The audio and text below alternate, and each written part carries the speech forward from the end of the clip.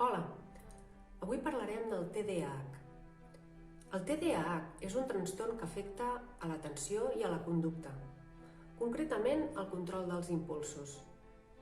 Té repercussions a nivell afectiu, a nivell cognitiu, a nivell acadèmic, social. Els símptomes han d'estar presents com a mínim durant 6 mesos, abans dels 12 anys d'edat, i s'han de presentar tant en l'ambient escolar com en l'ambient familiar.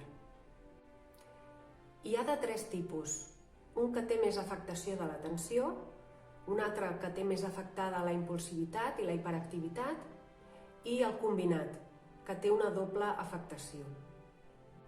Cal remarcar que el dèficit d'atenció es presenta en tasques que no són grates pel nen o la nena. És a dir, no compta dir és que està molt atent quan mira la tele o és capaç d'estar molt concentrat amb els videojocs. La causa d'aquest trastorn està en el neurodesenvolupament, en el cervell. Fem una avaluació a través de 2 qüestionaris, 2 escales que són una per la família i l'altra per l'escola.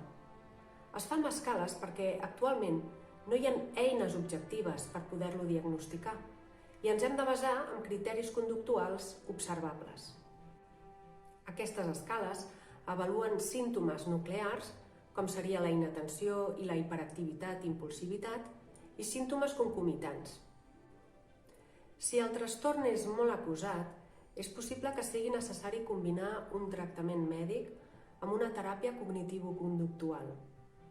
La família també necessitarà ajuda, no només l'infant, i a l'escola també seran necessàries unes mesures molt concretes, establint una aula altament estructurada.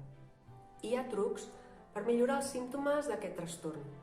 Establir un horari, dir ordres clares i en positiu, és a dir, dir el que ha de fer i no el que no ha de fer, eines de respiració i de relaxació, les autoinstruccions per regular la pròpia conducta. Aquest trastorn afecta a l'autoestima i a l'autoconcepte.